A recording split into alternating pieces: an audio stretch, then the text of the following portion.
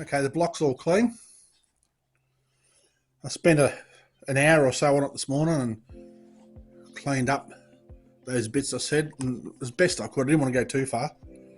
But I worked out those little wire wheels and the Dremel actually do last a while if you don't put 400 pound of pressure on the fucking thing. So that's come up reasonably good. I'll see how, and that's the way it's going to sit. So, you know, the other way, there's probably little bits and pieces that I've not got fully, but you're not going to see the fucking thing, so it doesn't matter.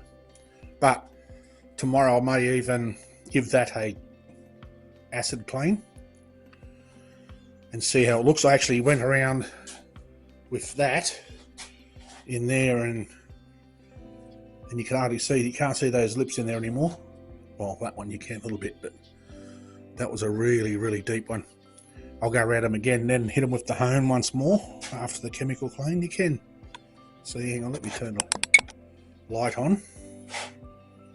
There, you can still see a little bit, but I think if I give it a good go with that and then run the hone through it, I did both sides, you can still see a little bit. It just needs to be finished, but I thought I'd give that a burl to see how it looks, and it's getting it out, so I'll just do a little bit more later on. So that's come up quite well considering how filthy that was. There's odd colours there, but it's not from the shit that stuck to it. I'm seeing sort of different colours. I think it's just the way that it was hit with the wire wheel and maybe different directions. I might see if I can go over it later and bring it up, or I might even test a section and just hit one little section with clear coat and see how it looks once it's dry. It might look alright, it might come up okay. And I haven't done the internals yet, but I did a little bit with the Dremel in a couple of spots, but that one's going to take, there'll probably be half a day just in doing that. Get that cleaned up properly. So we're making progress. It's looking good. I might even work out how big I want my glass to be and go and order the glass for it tomorrow.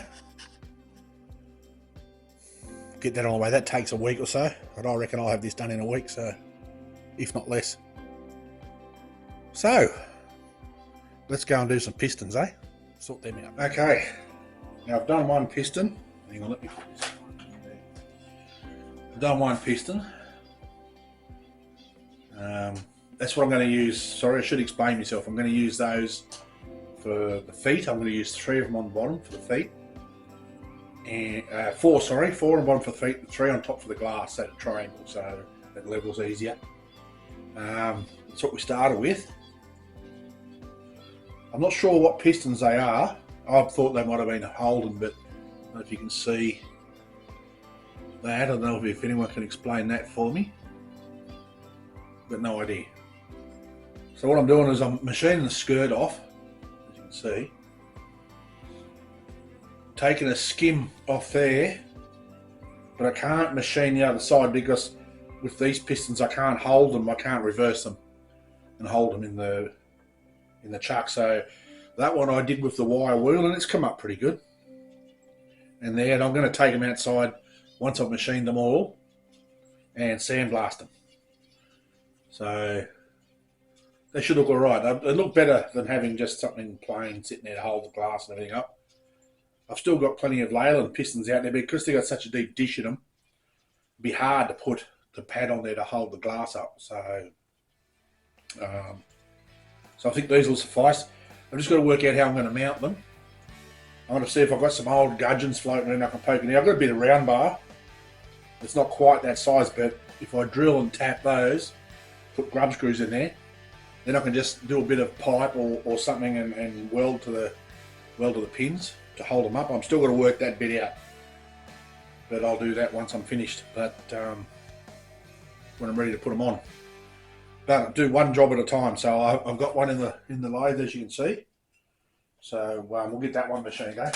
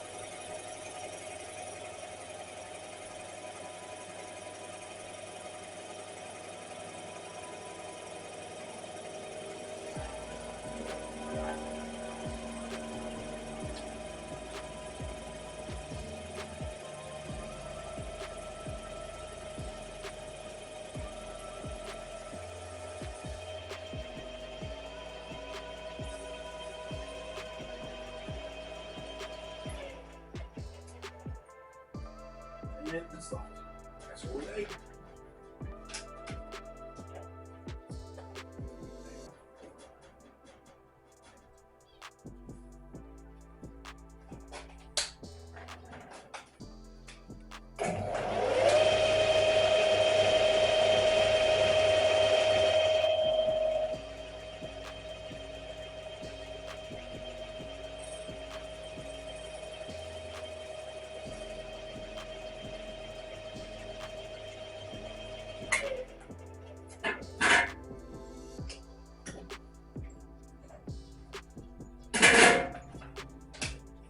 There we go. Looks a little bit better, doesn't it? Now I'll go and set you up down by the wire wheel and give it a brush.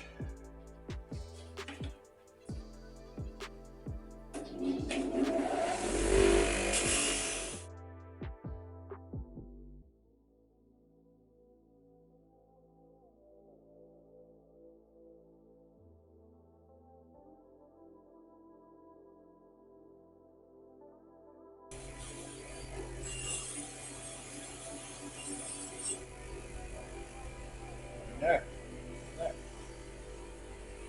beautiful.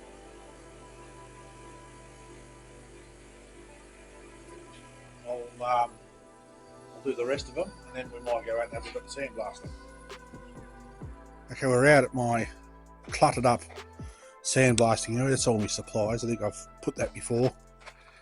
There's my sandblaster and compressor and tank that's solely to power that sandblaster. It just keeps up, just. So it's not too bad. And my dust extractor, which is just a vacuum cleaner. It's not stupid if it works, and it does. It works great. I just turn the power down because it's adjustable. Turn the power down and it just keeps the dust out, and I can see a little bit. Still a bit of a pain to see in there, but I manage. And those pistons, I can't really video sandblasting because you're not going to see shit, so I'll just power on and I'll do a video when I'm done. Stay tuned. And now back to bed. Cover everything up, keep the water out, and we're ready for another day. Right, pistons done. All pretty, nice and clean. They come up pretty good once they're clear coated. They look really nice. So that's probably all I'm going to do for today. There's the rings I had to pull out of them. There's only one piston that had no rings. The others, and most of them, I had to chisel out. They were hard. They were rusted in. So I'm surprised they actually come up quite good in the sandblaster, considering the amount of shit that was in the grooves. Sandblaster's working well. It's cleaned it all out. It's wonderful. Ready for tomorrow, where I've got to work out how I'm going to mount them. It'll be interesting. Since they don't need to be mounted very high or very low, so could be a bit of pipe and a pin, steel pin. We'll see what happens. Stay tuned. Peace.